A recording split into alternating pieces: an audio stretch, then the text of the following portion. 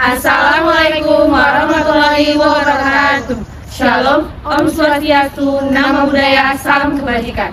Kami dari kelompok 3 program studi Pendidikan Fisika Mata Kuliah Bahasa Indonesia Universitas Negeri Medan.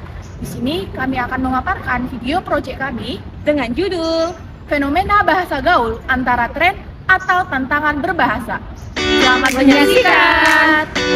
Perkenalkan, nama saya Agustiani Simbolon dengan NIM 4233121071. Perkenalkan, nama saya Mary Eluman Tobing dengan NIM 4233121064. Perkenalkan, nama saya Miftahul Jannah dengan NIM 4233321001. Perkenalkan, saya Rula Purba dengan NIM 4233121066. Perkenalkan, nama saya Jakira Anjani Barus dengan NIM 4233321003. Bisa jadi nggak kita nongkrong? Jadi dong, kita besok nongki, gaskan, auto fun. Wow, itu. Ih, masa nggak tahu sih, lo kudet banget sih. Pernah nggak sih kalian dengar bahasa gaul tapi nggak tahu artinya? Yuk bahas bahasa gaul dalam. Bahasa adalah sistem komunikasi yang digunakan oleh manusia untuk berinteraksi, menyampaikan ide, perasaan, dan informasi. Bahasa memiliki struktur dan aturan tertentu yang memungkinkan orang memahami satu sama lain. Selain itu, bahasa juga menjadi alat utama dalam penyebaran budaya, ilmu pengetahuan, serta pembentukan identitas suatu kelompok masyarakat. Bahasa terus berkembang seiring dengan perubahan zaman. Kata-kata baru bermunculan, sementara beberapa istilah lama mulai jarang digunakan. Salah satu bentuk perubahan bahasa yang sering terjadi di kalangan masyarakat adalah munculnya bahasa gaul. Bahasa Indonesia adalah bahasa resmi dan nasional Republik Indonesia yang digunakan dalam berbagai aspek kehidupan seperti pendidikan, pemerintahan, hukum, dan komunikasi formal lainnya. Bahasa ini disahkan sebagai bahasa nasional pada Sumpah Pemuda pada tanggal 28 Oktober 1928 dan diresmikan sebagai bahasa negara dalam Undang-Undang Dasar tahun 1945 pasal 36. Sebagai bahasa nasional, bahasa Indonesia memiliki peran utama dalam mempersatukan masyarakat dari berbagai latar belakang, suku, dan budaya. Bahasa ini juga terus berkembang dengan masuknya unsur-unsur dari bahasa daerah dan bahasa asing. Salah satu bentuk perkembangan yang paling terlihat adalah munculnya bahasa gaul di dalam percakapan sehari-hari. Suswono tahun 2004 mengatakan bahwa bahasa gaul atau slang sebagai bahasa khas remaja, di mana kosakatanya diubah sehingga hanya dipahami di antara mereka. Bahasa gaul terus berkembang, berubah, dan bertambah seiring dengan pengaruh media sosial dan massa. Jadi, bahasa gaul itu adalah variasi bahasa yang berkembang secara tidak baku dan sering digunakan dalam percakapan santai, terutama oleh anak muda. Bahasa ini mencerminkan kreativitas dalam bahasa yang dimana itu dipengaruhi oleh budaya populer serta berkembang melalui media sosial dan tren internet. Meskipun bahasa gaul tidak diakui sebagai bagian dari bahasa Indonesia yang resmi, penggunaannya sudah menjadi bagian dari komunikasi sehari-hari. Beberapa istilah dalam bahasa gaul bahkan ada yang akhirnya masuk ke dalam Kamus Besar Bahasa Indonesia. Namun, penting untuk memahami bahwa bahasa gaul memiliki batas penggunaannya. Menurut Mulyana, tahun 2008, bahasa gaul terdiri dari kata atau istilah yang memiliki arti khusus, unik, menyimpang, dan bertentangan dengan makna aslinya dalam struktur tertentu. Menurut Surwono tahun 2004 menyebutkan bahwa bahasa gaul atau slang sebagai bahasa khas remaja, di mana kosakatanya diubah sehingga hanya dipahami di antara mereka. Bahasa gaul terus berkembang, berubah, dan bertambah seiring dengan pengaruh media sosial dan massa. Bahasa gaul di Indonesia itu terus berkembang mengikuti perubahan zaman, budaya, dan teknologi. Berikut adalah perkembangan bahasa gaul dari tahun ke tahun. Era tahun 1980-an, yang dimana awal bahasa prokem. Pada era ini, bahasa gaul itu banyak digunakan dari bahasa prokem, yaitu bahasa yang digunakan oleh anak muda, terutama di kalangan tertentu seperti Jakarta. Pola yang sering digunakan adalah pembalikan atau penambahan kata. Contohnya, yang pertama itu bokap dengan artinya ayah, nyokap dengan artinya ibu, gokil yaitu gila keren, dan nongkrong santai atau berkumpul. Yang kedua itu ada pada era tahun 1990-an, di mana pengaruh musik dan film. Tahun 90-an ini mulai muncul kata-kata gaul yang dipengaruhi oleh musik, film, dan budaya pop. Bahasa ini lebih banyak digunakan oleh anak muda di kota-kota besar, dengan contoh sangar atau keren atau seram. Yang kedua itu dengan kece, keren atau bagus.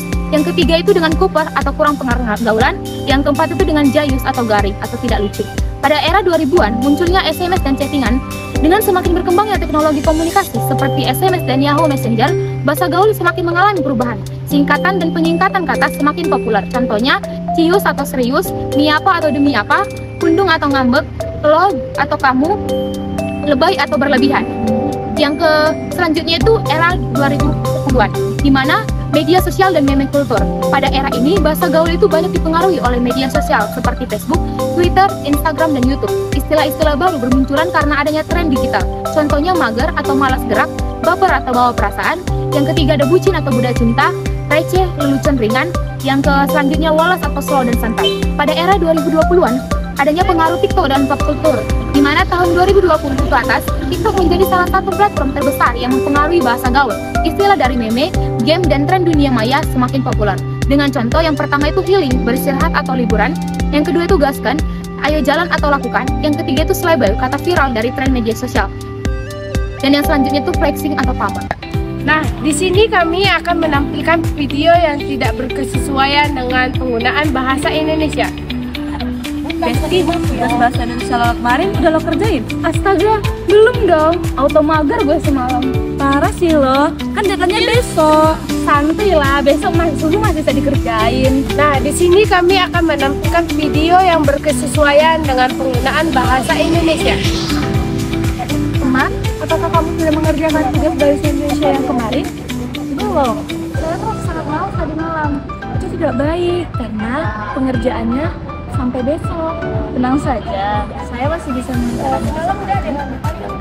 Nah, di sini kami akan menampilkan video yang tidak berkesesuaian dalam penggunaan bahasa Indonesia. Beb, jadwal kuliah semester ini auto barbar ya? Asli, tiap hari full kelas, nggak ada napas. Gue sih udah stres duluan ya jadwal kuliah semester ini. Sama, ini shift bakal butuh healing tiap weekend. Nah, di sini kami akan menampilkan video berkesesuaian dalam penggunaan bahasa Indonesia. Emang jadwal kuliah kita tahun ini begitu padat ya? Iya, setiap hari penurunan kelas. Saya bahkan tidak punya waktu untuk istirahat. Saya sudah merasa stres dan penuh jadwal kuliah yang begitu padat. Saya juga, sepertinya saya membutuhkan istirahat di akhir pekan ini. Penggunaan bahasa gaul memiliki dampak yang positif. Yang pertama, membuat komunikasi lebih santai dan akrab. Bahasa gaul sering digunakan dalam pergaulan untuk menciptakan suasana yang lebih santai dan tidak kaku. Misalnya, mengatakan gaskan terdengar lebih akrab dibandingkan ayo kita mulai. Nah, yang kedua itu menunjukkan kreativitas dalam berbahasa. Anak muda sering menciptakan kata-kata baru dengan memodifikasi, membalik, atau menggabungkan kata yang sudah ada. Nah, contohnya seperti japri atau yang kita sebut sebagai japri, atau mager atau yang disebut sebagai malas bergerak. Yang ketiga, yaitu memperkuat identitas kelompok. Penggunaan bahasa gaul dapat menunjukkan bahwa seseorang termasuk dalam kelompok atau komunitas tertentu. Contohnya istilah bestie sering digunakan di kalangan anak muda yang akrab satu sama lain.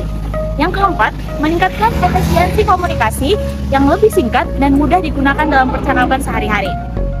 Contohnya, OTW atau yang disebut sebagai on the way lebih cepat diucapkan daripada saya sedang dalam perjalanan. Dampak negatif dari bahasa gaul. Yang pertama, membuat orang lain bingung. Tidak semua seorang memahami bahasa gaul, terutama generasi yang lebih tua atau orang dari luar komunitas tertentu. Contoh, jika seseorang berkata untuk pipesnya beda, orang yang tidak paham mungkin akan kesulitan mengerti maksudnya. Yang kedua, mengurangi kemampuan berbahasa Indonesia yang baik dan benar. Jika terlalu sering menggunakan bahasa gaul, ada kemungkinan seseorang menjadi kurang terbiasa menggunakan bahasa Indonesia yang baku dalam situasi formal. Misalnya, seseorang siswa terbiasa menggunakan bahasa gaul dalam kesehariannya, bisa saja tanpa sadar menulis pesan formal dengan kata-kata seperti gue udah kirim tugasnya cek aja ya pak. Padahal dalam situasi resmi seharusnya menggunakan bahasa yang lebih sopan dan sesuai, seperti saya sudah mengirim tugasnya, mohon diperiksa ya pak. Yang ketiga, berisiko mengubah makna kata asli. Beberapa istilah dalam bahasa gaul mengalami perubahan makna yang jauh dari aslinya. Contoh, kata ghosting dalam bahasa Inggris berarti menjadi seperti hantu, tetapi dalam bahasa gaul artinya menghilang tanpa kabar.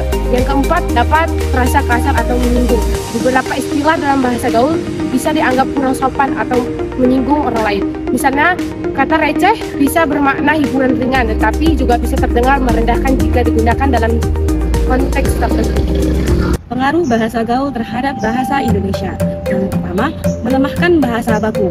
Penggunaan bahasa gaul yang berlebihan membuat generasi muda kurang terbiasa dengan bahasa Indonesia yang benar, sehingga melemahkan kemampuan berkomunikasi secara formal. Yang kedua, menurunkan pemahaman teks bahasa. Kebiasaan ini menyebabkan kesalahan dalam ejaan, tata bahasa, dan struktur kalimat yang semakin umum terjadi. Yang ketiga, ada menguburkan makna kata. Banyak kata mengalami perubahan makna yang dapat membingungkan pengguna bahasa Indonesia, terutama generasi yang lebih tua. Yang keempat, menyulitkan dalam situasi formal. Pengguna bahasa gaul sering kesulitan berkomunikasi dalam presentasi, wawancara, kerja, atau dokumen akademik yang dapat menurunkan kredibilitas. Yang kelima, mengurangi kesopanan. Bahasa gaul yang santai seringkali tidak memperhatikan norma kesopanan, sehingga dapat dianggap kurang menghormati lawan bicara, terutama dalam lingkungan formal. Bahasa gaul adalah bentuk komunikasi yang berkembang di masyarakat, terutama di kalangan anak muda, sebagai variasi dari bahasa baku. Bahasa ini sering muncul sebagai bagian dari tren budaya dan digunakan untuk menciptakan keakraban dalam percakapan. Bahasa gaul dapat berupa singkatan, plesetan kata, serapan dari bahasa-bahasa yang terbalik yang hanya dipahami oleh kelompok tertentu saja. Misalnya, kata mager berasal dari kata malas gerak, japri dari jalur pribadi, dan kuy yang merupakan kebalikan dari kata hiut. Bahasa gaul terus berkembang seiring waktu, seperti yang terlihat dari perubahan kosakata di berbagai era. Meskipun bahasa ini membuat komunikasi lebih santai dan akrab, penggunaannya yang berlebihan berdampak pada bahasa Indonesia, seperti merosotnya penggunaan bahasa baku dalam percakapan sehari-hari dan munculnya kebiasaan mencampur bahasa Indonesia dengan istilah gaul atau bahasa asing. Oleh karena itu, penting untuk menggunakan bahasa gaul secara bijak, menyesuaikan dengan konteks agar tidak mengaburkan kaidah bahasa baku, serta tetap menjaga keutuhan dan keberlanjutan bahasa Indonesia sebagai bahasa identitas nasional.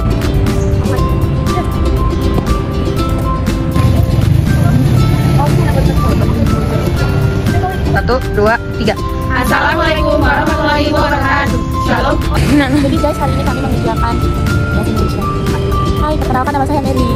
Hai, nama saya.